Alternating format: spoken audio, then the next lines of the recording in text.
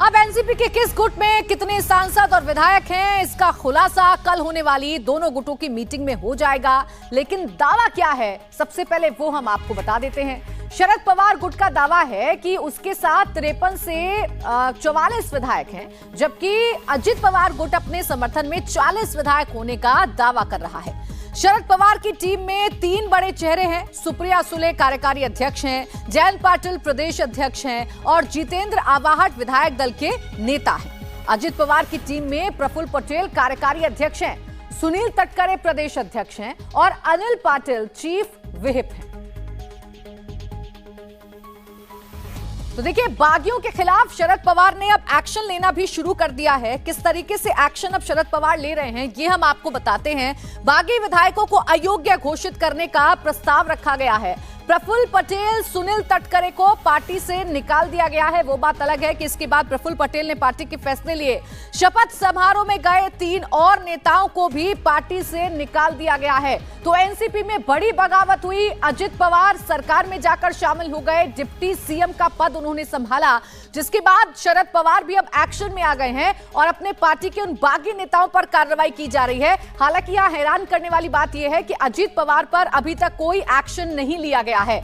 देखिए, नाम निशान पर घमासान जारी है। 5 जुलाई को इसका असली इम्तिहान है। ऐसा हम क्यों कह रहे हैं? दोपहर 1 बजे वाईबी सेंटर में मीटिंग होने जा रही है। मीटिंग में विधायक सांसदों को न्योता दिया गया है। सभी अहम पार्टी पदाधिकारी को इस बैठक में न्योता दिया गया है। अब इसे आप अजित पवार के लिहाज से समझेंगे। अजित पवार कैसे अपनी शक्ति का प्रदर्शन कर रहे हैं, वो ऐसे कि शाम 4 बजे बांद्रा के एमईटी में मीटिंग बुलाई गई है, जिसमें तमाम विधायकों को बुलाया गया है, सांसदों को न्योता दिया गया है अजित पवार की तरफ से, सभी अहम पदाधिकारियों को भी न्योता दिया गया है। तो जो शरद पवार कर रहे हैं, अजित पवार भी कुछ वैसा ही कर रहे हैं। लेकिन इस बीच अजित पवार या शरद पवार कौन ज्यादा मजबूत है, ये पता तब चल पाएगा जब विधायकों की संख्या सामने आएगी। मीटिंग में शामिल होने वाले विधायकों की जब संख्या सामने आ जाएगी।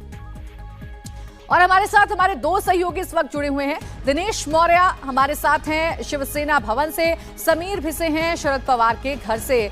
सबसे पहले समीर, मैं आपके पास आना चाहूंगी। जो बैठक शरद पवार करने जा रहे हैं, जिस बैठक का जिक्र किया जा रहा है कि इससे पता चलेगा कि कौन सबसे ज्यादा पावरफुल है, इसको लेकर क्या हलचल है मुंबई में?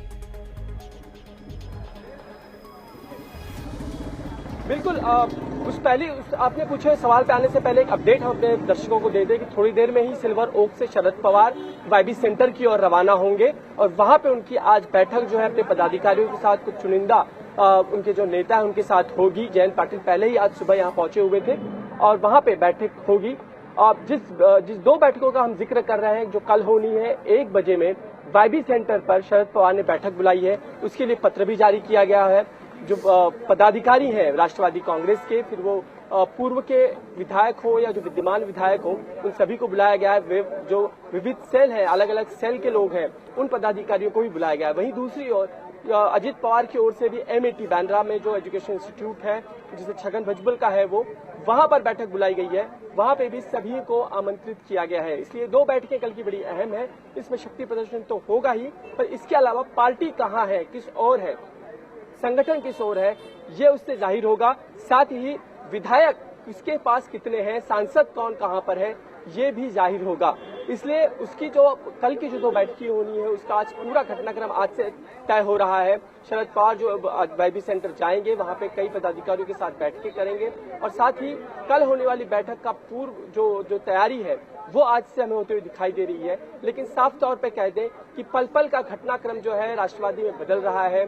थोड़ी देर में मंत्रिमंडल की बैठक जो 12 बजे में होनी है, अजित पवार वहां पहुंचेंगे। हालांकि ये बड़ा लाजमी है कि अब तक 24 घंटे से लगभग 48 घंटे गुजर रहे हैं, लेकिन अभी भी अजित पवार उनके मंत्रियों को कोई भी विभाग यानी पोर्टफोलियो अभी तक जारी नहीं किया गया है, जबकि ये कहा जा रहा था कि तुरंत। बिल्कुल समीर, देखिए महाराष्ट्र की सियासत पल पल बदल रही है और अभी दोनों गुटों की तरफ से कोशिश इस बात को लेकर होगी कि अपने अपने विधायकों, अपने अपने साथियों को लामबंद किया जाए ताकि अपनी शक्ति का एहसास करवाया जाए। दिनेश, अगर हम शिवसेना भवन की बात कर लें तो यहाँ पर किस तरीके की हलचल है, क्योंकि पूरे महाराष्ट्र की नजर है कि आखिर एनसीपी में हो क्या रहा है और इसके बाद अगली रणनीति तमाम पार्टियां भी तय करेंगी अपनी अपनी। जी बिल्कुल, देखिए उद्धव ठाकरे अब इसी बात को मानकर चल रहे हैं कि जो बगावत करनी थी अजीत पवार उसमें कामयाब हो गए। उन्हें वो भी अपनी तरफ से अपनी पार्टी को खड़ा करने की कोशिश कर रहे हैं, लेकिन चुनाव लोकसभा का चुनाव जो है साल भर से कम वक्त बचा है। ऐसे में आगे की रणनीति क्या होगी?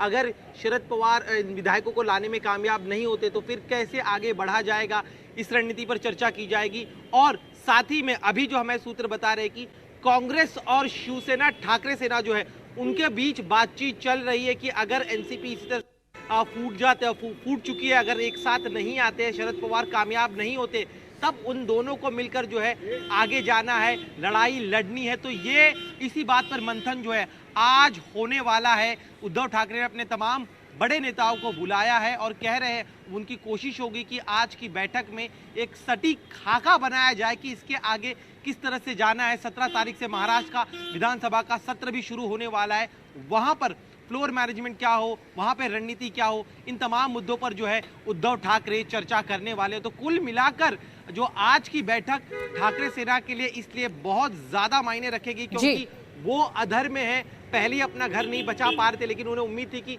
एमवीए की मदद से वो खड़े हो सकते, लेकिन अब एमवीए टूट चुकी है। जी बिल्कुल, देखिए दिनेश, जिस तरीके से आप जानकारी दे रहे हैं ये बहुत लाजमी है कि उद्धव भी अब अपने कुनबे को एकजुट कर रहे हैं। उद्धव भी अब ये देख रहे हैं कि आगे महाराष्ट्र की सियासत किस करवट बैठती है। शुक्रिया आप दोनों का तमाम जानकारी के लिए। इंडिया टीवी हर वक्त हर जगह डाउनलोड करने के लिए सर्च करें India TV news Google play store या ऐप स्टोर पर।